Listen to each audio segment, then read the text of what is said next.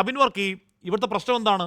ഇവിടുത്തെ പ്രശ്നം നിങ്ങൾ കൊണ്ട് ഈ പറഞ്ഞ സത്യവാങ്മൂലം കൊടുക്കേണ്ടത് ആർക്കാ? ഇലക്ഷൻ കമ്മീഷനാ. ഏത് election commission? Rahul Gandhi vote ചോരിക്ക് കൂട്ടുനിൽക്കുന്നു, ഈ പറയുന്ന ഭരണകൂടത്തിന് ദാസ്യപ്പണി ചെയ്യുന്നു എന്ന് രാഹുൽ ഗാന്ധി ആരോപിക്കുന്ന അതേ ഇലക്ഷൻ കമ്മീഷനാണ്. നിങ്ങൾ അവിടെ വാതിൽ തുറന്നിരിക്കുകയാണ്. എന്താണ് വാതിൽ തുറന്നിരിക്കുന്നത്? ടൺ കണക്കിന് രേഖ രാഹുൽ ഗാന്ധി ലോറിയിൽ പോയി തെളിവായി കൊടുക്കാൻ. ഒന്ന്. രണ്ട്, എന്തുകൊണ്ട് കോടതിയിലേക്ക് പോകുന്നില്ല എന്നാണ് ചോദ്യം. കോടതിയിലേക്ക് പോയാൽ അത് മഹാദേവപുര. ഇപ്പോൾ ശ്രീ ടി പി ചന്ദ്രമാഷ് പറഞ്ഞു, ഒരു കലത്തിലെ ചോറ് വെന്തോ എന്ന് നോക്കാൻ രണ്ട് വറ്റ് നോക്കണ്ട. ശരിയാണ്, മഹാദേവപുര രണ്ട് വറ്റാണ്. ആ രണ്ട് വറ്റിലേക്ക് മാത്രം ഒതുങ്ങും. നിങ്ങൾക്ക് രാഷ്ട്രീയമായി മിണ്ടാൻ പറ്റില്ല. മഹാദേവപുര എന്താണ്? രാഷ്ട്രീയം മിണ്ടിയാൽ സബ്ജുഡീസ് ആവും. അത് കോടതി പറയട്ടെ എന്ന് പറയും. കോടതിയിൽ ഇത് കിടക്കും, വർഷങ്ങളോളം കിടക്കും. യഥാർത്ഥത്തിൽ ആരോപണത്തിന്റെ തുടർച്ചയിൽ ഇത് മുന്നോട്ടേക്ക് എങ്ങനെ കൊണ്ടുപോകും എന്ന കൺഫ്യൂഷൻ നിങ്ങൾക്കുണ്ട്, അബിൻ വർക്കി. തീർച്ചയായിട്ടും അങ്ങനെയല്ല ഹാഷ്മി. ഒന്ന്, ഇത് ഭരണഘടനാ സ്ഥാപനമായ ഇലക്ഷൻ കമ്മീഷനെ തന്നെ ബേസ് ചെയ്തിട്ടുള്ള ഒരു ആരോപണമാണ്. കേന്ദ്ര ഇലക്ഷൻ കമ്മീഷൻ തന്നെ ഇതിൽ കുറ്റാരോപിതനാണ് എന്നോ അല്ലെങ്കിൽ അവരൊരു ഷെയ്ഡി ആയിട്ടാണ് നിൽക്കുന്നത് എന്നുള്ളതാണ് ഞങ്ങളുടെ പക്ഷം. അപ്പോൾ അങ്ങനെ ഷെയ്ഡി ആയിട്ട് നിൽക്കുന്ന ഒരാളുടെ അടുത്ത് തന്നെ എന്ന് നമ്മൾ വീണ്ടും പരാതി പറയുമ്പോൾ ഉണ്ടാകുന്ന മറുപടികൾ എന്താണ് എന്നുള്ളതിനെ പറ്റി നമുക്ക് വളരെ വ്യക്തമായിട്ട് അറിയാം. പിന്നെ ഇതിനകത്ത് ഒരു കാര്യം ഞാൻ ജയേന്ദ്രൻ മാഷ് ഇത്രയധികം കാര്യം എന്ന് പറയുന്നത്, ഇപ്പോൾ നമ്മൾ മഹാദേവപുരയുടെ മാത്രം കാര്യം എടുക്കുക. അവിടെ ഒരു അഡ്രസ്സിൽ തന്നെ 10,452 അല്ലെങ്കിൽ സിംഗിൾ അഡ്രസ്സിൽ ഒരു അഡ്രസ്സിൽ 80 വോട്ടുകളുണ്ട് എന്നുള്ള കാര്യത്തിൽ എനിക്കോ നിങ്ങൾക്കോ സംശയമില്ല. വിവിധ TV ചാനലുകൾ ആ സിംഗിൾ റൂമിൽ ചെന്ന് നോക്കിയപ്പോൾ ആ 80 പേര് പോയിട്ട് 8 പേര് പോലും അവിടെ ഇല്ലായിരുന്നു എന്നുള്ളത് വളരെ കൃത്യമാണ്. എന്ന് പറഞ്ഞാൽ അവിടെ ഒരു അട്ടിമറി നടന്നിട്ടുണ്ട് എന്നുള്ള കാര്യത്തിൽ സംശയം വേണ്ട. അങ്ങനത്തെ 10,452 വോട്ടുകൾ ഉണ്ട് എന്നാണ് ശ്രീ രാഹുൽ ഗാന്ധി പറയുന്നത്. പിന്നെ 153 ബിയറി ക്ലബ്, ഒരു ബ്രൂവറിയുടെ പേരിൽ 68 വോട്ടുകൾ ചേർത്തിട്ടുണ്ട് എന്ന് ശ്രീ രാഹുൽ ഗാന്ധി പറഞ്ഞു. ആ ബ്രൂവറിയിൽ ഇന്ന് അങ്ങനെ 68 പേരുമില്ല, 6 പേരുമില്ല എന്നുള്ളത് വളരെ വ്യക്തമായി കഴിഞ്ഞു. എന്ന് പറഞ്ഞാൽ അവിടെയും ഒരു അട്ടിമറി നടന്നിട്ടുണ്ട് എന്നുള്ള കാര്യത്തിൽ യാതൊരു സംശയവും വേണ്ട. ഇവിടെ ഫസ്റ്റ് ടൈം വോട്ടേഴ്സിൻ്റെ പേരിൽ ഫോം നമ്പർ 6 കൊടുത്ത് അവിടെ വലിയ വ്യാപകമായ ക്രമക്കേട് നടന്നിട്ടുണ്ടെന്ന് പറഞ്ഞു. അതിൻ്റെ ഒരു കാര്യമാണ് പറഞ്ഞത്, ശകുൻ റാണി എന്ന് പറയുന്ന ഒരാളുടെ പേര് പറഞ്ഞുകൊണ്ട് അവർക്ക് 70 വയസ്സായ വ്യക്തി ഫോം നമ്പർ 6 വെച്ച് ഒരു വോട്ടർ പട്ടികയിൽ തന്നെ 2 പ്രാവശ്യം പേര് വരികയും ആ 2 വോട്ടുകൾ ചെയ്തതുമായി ബന്ധപ്പെട്ട രേഖകളും പുറത്തുവിട്ടിട്ടുണ്ട് എന്ന് പറഞ്ഞാൽ അതിനും നമുക്ക് വ്യക്തത കുറവില്ല. എന്ന് പറഞ്ഞാൽ മഹാദേവപുര എന്ന് പറയുന്ന ഒരു സിംഗിൾ കോൺസ്റ്റിറ്റ്യുവൻസിയിൽ അവിടെ നടന്ന വോട്ടർ പട്ടികയിലെ ക്രമക്കേടുകളിൽ എനിക്കോ നിങ്ങൾക്കോ യാതൊരു വിധത്തിലുള്ള ഒരു സംശയവുമില്ല എന്നുള്ള കാര്യത്തിൽ നമുക്ക് ആർക്കും തർക്കമില്ല. പിന്നെ ആദിത്യ ശ്രീവാസ്തവയുടെ കാര്യം പറഞ്ഞു. ആദിത്യ ശ്രീവാസ്തവ ലക്നൌവിൽ വോട്ടർ പട്ടികയിൽ ഉണ്ടായിരുന്നുവെന്നും മഹാരാഷ്ട്രയിൽ ഉണ്ടായിരുന്നുവെന്നും കർണാടകയിൽ ഒരു മണ്ഡലത്തിലെ തന്നെ 2 ബൂത്തിലുണ്ടായിരുന്നു എന്നുള്ളതും ഇലക്ഷൻ കമ്മീഷന്റെ സൈറ്റ് തന്നെയാണ് പറഞ്ഞിരുന്നത്. പക്ഷേ ഈ ഇലക്ഷൻ കമ്മീഷന്റെ സൈറ്റ് അടുത്തെപ്പോഴോ അപ്ഡേറ്റ് ചെയ്തപ്പോൾ, അത് എപ്പോഴാണെന്ന് നമുക്കറിയില്ല, അതിന്റെ തെളിവുകൾ പുറത്തു വരും. അടുത്തെപ്പോഴോ അപ്ഡേറ്റ് ചെയ്തപ്പോൾ ഇത് ഫിക്സ് ചെയ്തു എന്നാണ് ഇലക്ഷൻ കമ്മീഷൻ പറയുന്നത്. എന്ന് പറഞ്ഞാൽ UP-യിലെ വോട്ടും മഹാരാഷ്ട്രയിലെ വോട്ടും തള്ളിക്കളഞ്ഞപ്പോൾ കർണാടകയിൽ മാത്രമാണ് ഉള്ളത് എന്നാണ് അവർ അവകാശപ്പെടുന്നത്, ആദിത്യ ശ്രീവാസ്തവയുടെ പേര്. അതുപോലെ തന്നെ മറ്റു പേരുകളും ഒക്കെ പറയുമ്പോൾ ഞങ്ങൾ ഈ പറഞ്ഞ ആരോപണങ്ങളൊക്കെ വസ്തുതാപരമാണ് എന്നുള്ളത് ഈ ലോകം മുഴുവൻ തിരിച്ചറിയുകയും അത് യാഥാർത്ഥ്യമാവുകയും ചെയ്ത വസ്തുതയാണ്. ഇനിയുള്ള പ്രധാനപ്പെട്ട കാര്യം രാഹുൽ ഗാന്ധി ഉന്നയിച്ചത് എന്താ? ഹരിയാന തെരഞ്ഞെടുപ്പ്, മഹാരാഷ്ട്ര തെരഞ്ഞെടുപ്പ്, അതുപോലെ തന്നെ പാർലമെന്റ് തെരഞ്ഞെടുപ്പ്, ഈ തെരഞ്ഞെടുപ്പുകളിൽ ഇലക്ഷൻ കമ്മീഷന്റെ നേതൃത്വത്തിൽ തന്നെ BJP വലിയ വോട്ട് അട്ടിമറി നടത്തിയിട്ടുണ്ട് എന്ന് പറഞ്ഞു. അപ്പോൾ അത് തെളിയിക്കണമെങ്കിൽ എന്താണ് വേണ്ടത്? കൃത്യമായ വോട്ടർ പട്ടിക വേണം. എന്താണ് ആ വോട്ടർ പട്ടികയുടെ പ്രത്യേകത?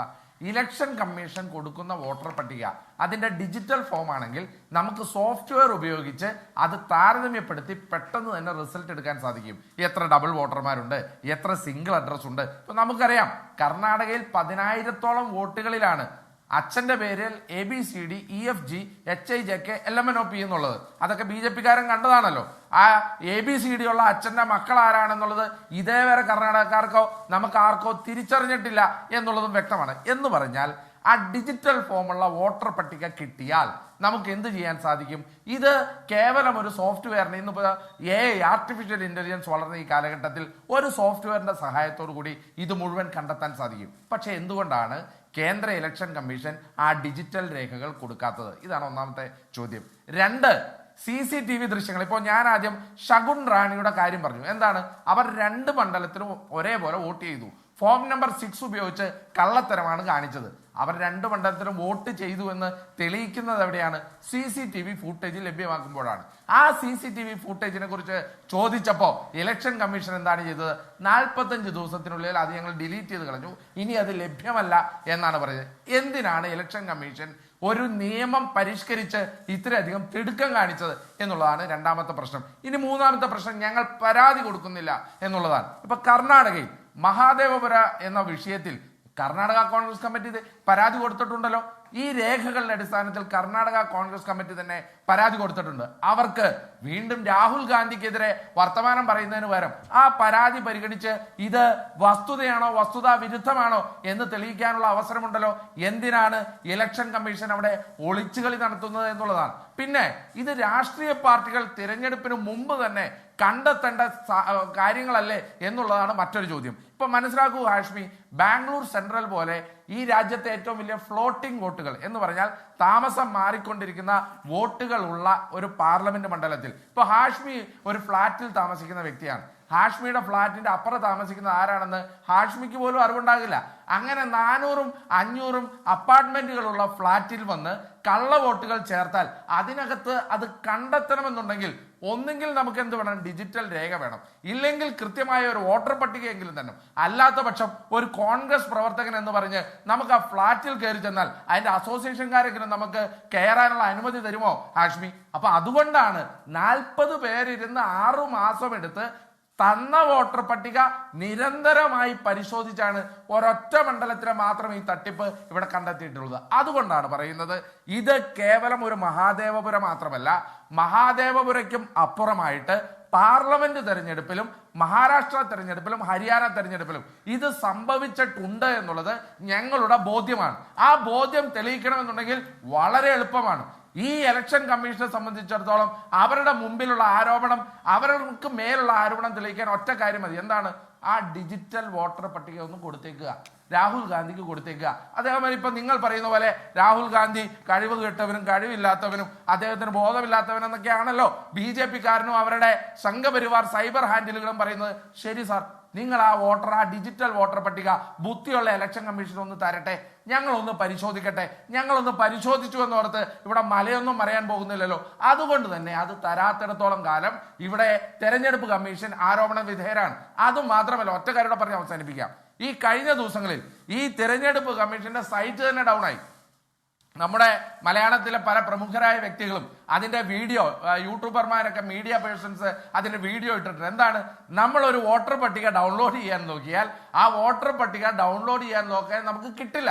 കാരണം തെരഞ്ഞെടുപ്പ് കമ്മീഷൻ മനഃപൂർവ്വം തന്നെ ആ സൈറ്റ് തന്നെ ഡൗൺ ആക്കി കളഞ്ഞു എന്ന് പറഞ്ഞാൽ ഇതിനൊക്കെ തെരഞ്ഞെടുപ്പ് കമ്മീഷൻ വലിയ രീതിയിൽ ഡൗൺ ആക്കിയതാണോ അതോ എല്ലാവരും കൂടെ ഈ വോട്ടർ പട്ടിക ഡൗൺലോഡ് ചെയ്യാൻ കയറിയപ്പോഴത്തേക്ക് ഡൗൺ ആയതാണോ നമുക്ക് അറിഞ്ഞുകൂടാ. എന്തായാലും അതിൽ ഈസി എന്തെങ്കിലും പറയട്ടെ. പക്ഷേ ഈസി പറയേണ്ട മറുപടി ഒന്നും അല്ലല്ലോ.